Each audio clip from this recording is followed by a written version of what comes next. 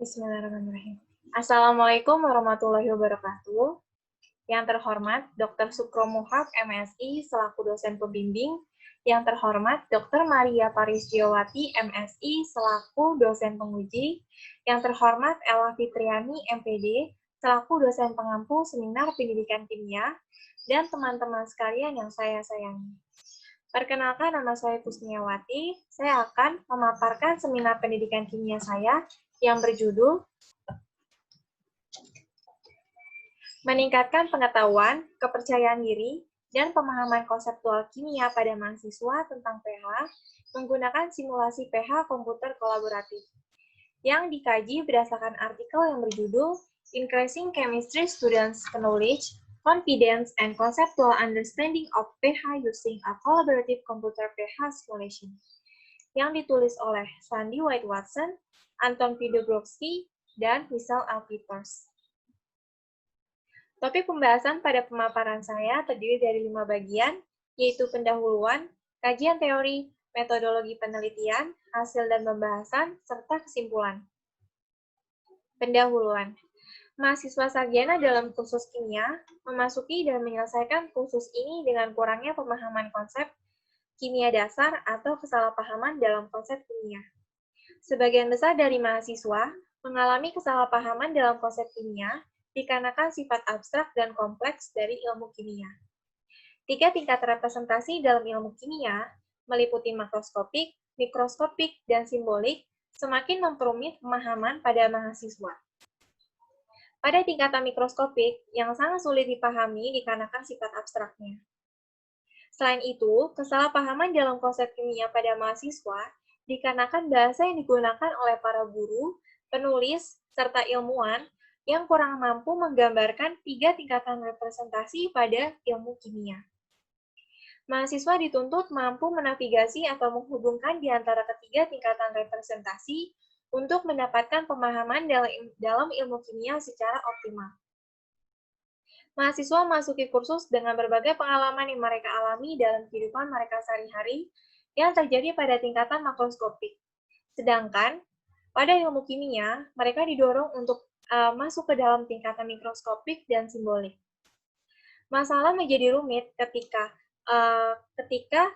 partikel pada tingkatan mikroskopik digambarkan melalui berbagai simbol.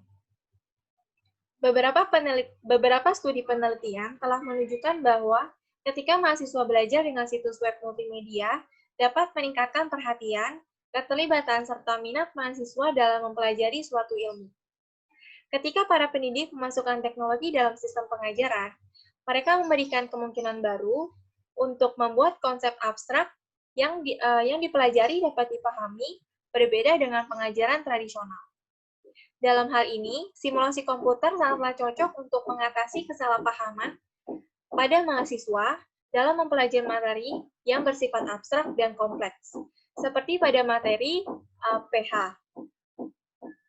Rumusan masalah pada penelitian ini secara garis besar yaitu, apakah penggunaan simulasi pH komputer kolaboratif berdampak pada pengetahuan, kepercayaan diri, serta pemahaman konseptual pada mahasiswa, dan dirinci lagi menjadi 5 rumusan masalah, yaitu apakah partisipasi mahasiswa dalam aktivitas simulasi pH dapat meningkatkan pengetahuan pH, meningkatkan kepercayaan diri pada mahasiswa, meningkatkan pemahaman konseptual pada mahasiswa, apakah ada perbedaan rata-rata yang signifikan secara statistik pada pengetahuan pH antara kelompok simulasi komputer dengan kelompok tradisional? Apakah ada perbedaan rata-rata yang signifikan secara statistika pada pemahaman konseptual pH antara mahasiswa kelompok simulasi komputer dengan kelompok tradisional? Kajian teori. Proyek Teknologi Pendidikan Fisika atau PHET, Physics of Education Technology, adalah perpustakaan dari 127 simulasi pendidikan online gratis yang dibuat untuk guru serta instruktur perguruan tinggi yang menunjukkan prinsip-prinsip dalam fisika, kimia, biologi, ilmu bumi, dan matematika. 30 simulasi dari 127 simulasi yang tersedia di PHET merupakan simulasi yang berkaitan dengan ilmu kimia. PHET yang yang dibuat dari University of Colorado Boulder berfungsi untuk mensimulasikan fenomena yang tak terlihat oleh mata, seperti foton, elektron, serta atom. Pembelajaran kolaboratif yang didukung komputer atau CSCL, Computer Supported Collaborative Learning, didefinisikan dalam literatur sebagai ilmu pembelajaran yang terkait dengan siswa yang belajar bersama dengan dukungan yang dibantu komputer. Perangkat CSCL tersebut bermanfaat pada penggunaan kelompok kecil, karena anggota kelompok akan saling berinteraksi satu sama lain dan berinteraksi dengan perangkat lunak. Anggota akan belajar bagaimana cara belajar orang lain, bagaimana cara belajar pada sesama, bagaimana cara belajar berdebat, serta bagaimana cara belajar mengambil kesimpulan secara kolektif. Menurut Dewuch, pembelajaran kolaboratif adalah pembelajaran yang menggunakan kelompok-kelompok kecil siswa yang bekerja sama untuk memaksimalkan hasil belajar mereka. Pada pembelajaran kolaboratif, siswa dengan latar belakang dan kemampuan yang beragam bekerja bersama dalam suatu kelompok kecil untuk mencapai tujuan akademik bersama, sehingga terciptanya komunikasi untuk memperoleh suatu keputusan bersama. Metodologi penelitian. Tujuan dari penelitian ini adalah untuk menentukan apakah penggunaan simulasi pH komputer kolaboratif berdampak pada pengetahuan, kepercayaan diri, dan pemahaman konseptual dari konsep dasar pH untuk mahasiswa sarjana tingkat 2 pada materi kimia. Subjek penelitian digunakan yaitu mahasiswa sarjana sebanyak 59 peserta dari berbagai program studi di salah satu universitas di Amerika Serikat bagian Tenggara.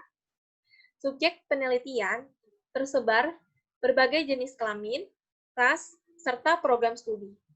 Mayoritas jenis kelamin yaitu perempuan, mayoritas ras yaitu Kausakia atau ras kulit putih, serta mayoritas program studi yaitu biologi. Nantinya, subjek penelitian akan dibagi menjadi dua kelompok, yaitu kelompok intervensi dan kelompok kontrol. Metode penelitian yang digunakan yaitu metode analisis data secara kuantitatif. Data yang diperoleh akan diuji menggunakan uji T berpasangan, uji T independen, dan uji Wilcoxon. Prosedur penelitian terdiri dari 4 tahapan, yaitu tahap pretest. Pada tahapan pretest, sebanyak 59 mahasiswa melakukan pretest. Yang kedua, tahap pembagian kelompok. Pada tahap ini, sebanyak 59 mahasiswa akan dibagi menjadi dua kelompok, yaitu kelompok intervensi dan kelompok kontrol. Kelompok intervensi yang nantinya akan menggunakan simulasi pH komputer kolaboratif sebanyak 23 mahasiswa, sedangkan pada kelompok kontrol menggunakan pembelajaran tradisional sebanyak 36 mahasiswa. Yang ketiga, tahap pembelajaran. Pada tahap ini, mahasiswa diberikan materi seputar pH dan seputar materi soal pada pretest. Yang terakhir, tahap penilaian. Pada tahap ini, mahasiswa melakukan post-test dan data yang diperoleh akan diolah. Instrumen penelitian terdiri dari 6 level yang membahas seputar materi larutan asam, basa, dan pH. Pada level 1, membahas keseimbangan dalam air, level kedua asam dan basa, level ketiga asam, basa, kuat, dan lemah, level keempat perkenalan pH, level kelima ketergantungan pH pada konsentrasi, dan level ke-6 pH larutan berair. Hasil dan pembahasan. Yang pertama, pengetahuan tentang pH. Data yang diperoleh diolah menggunakan uji T berpasangan. Didapatkan nilai T hitung sebesar 0,814, sedangkan nilai T table sebesar 1,67. Secara statistika, tidak terdapat perbedaan yang signifikan terhadap pengetahuan tentang pH sesudah mengikuti penelitian dengan sebelum. Tetapi jika dilihat dari nilai rata-rata, nilai sesudah mengikuti penelitian lebih tinggi dibandingkan dengan sebelum. Jadi dapat disimpulkan bahwa pengetahuan tentang pH sesudah mengikuti penelitian lebih tinggi dibandingkan sebelum. Yang kedua, pengetahuan tentang pH, kelompok simulasi versus kelompok tradisional. Data yang diperoleh diolah menggunakan uji T independen. Didapat nilai T hitung sebesar 0,744 dan nilai T tabel sebesar 1,67. Secara statistika, tidak terdapat perbedaan yang signifikan terhadap pengetahuan tentang pH pada kelompok simulasi dengan kelompok tradisional.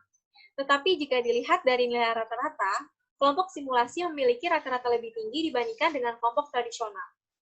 Jadi dapat disimpulkan bahwa pengetahuan tentang pH pada kelompok simulasi lebih tinggi dibandingkan kelompok tradisional. Yang ketiga, tingkat kepercayaan pemahaman pH. Data yang didapat diolah menggunakan uji Wilcoxon. Didapatkan rata-rata pada kelompok simulasi lebih tinggi dibandingkan dengan kelompok tradisional. Serta pada akhir penelitian didapatkan bahwa 100% dari kelompok simulasi percaya diri terhadap pemahaman tentang materi pH. Sedangkan pada kelompok tradisional hanya 82% saja. Yang keempat, pemahaman konseptual pH nilai sebelum versus nilai sesudah. Data yang diperoleh diolah menggunakan uji T berpasangan. Didapatkan nilai T hitung sebesar 11,47, nilai T tabel sebesar 1,67. Secara statistika, terdapat perbedaan yang signifikan terhadap pemahaman konseptual pH sesudah mengikuti sebelum dengan sesudah. Dilihat dari nilai rata-rata, didapatkan bahwa nilai sesudah mengikuti penelitian lebih tinggi dibandingkan dengan nilai sebelum mengikuti penelitian. Jadi dapat disimpulkan bahwa pemahaman konseptual pH sesudah mengikuti penelitian lebih tinggi dibandingkan dengan sebelum mengikuti penelitian. Yang terakhir, pemahaman konseptual pH kelompok simulasi versus kelompok tradisional. Data yang diperoleh akan diolah menggunakan uji T independen. Didapatkan nilai T hitung sebesar 1,87 dan T tabel sebesar 1,67. Secara statistika, tidak terdapat perbedaan yang signifikan terhadap pemahaman konseptual pH kelompok simulasi dengan kelompok tradisional. Tetapi jika dilihat dari nilai rata-rata, kelompok simulasi memiliki rata-rata lebih tinggi dibandingkan dengan kelompok tradisional. Jadi dapat ditarik kesimpulan bahwa pemahaman konseptual pH pada kelompok simulasi lebih tinggi dibandingkan dengan kelompok tradisional. Kesimpulan dari penelitian ini menunjukkan bahwa simulasi komputer kolaboratif pada aplikasi PHET berdampak positif terhadap pengetahuan, kepercayaan diri, serta pemahaman konseptual pH pada mahasiswa. Sekian presentasi Seminar Pendidikan Kimia yang dapat saya sampaikan. Kurang lebihnya mohon maaf. Wassalamualaikum warahmatullahi wabarakatuh.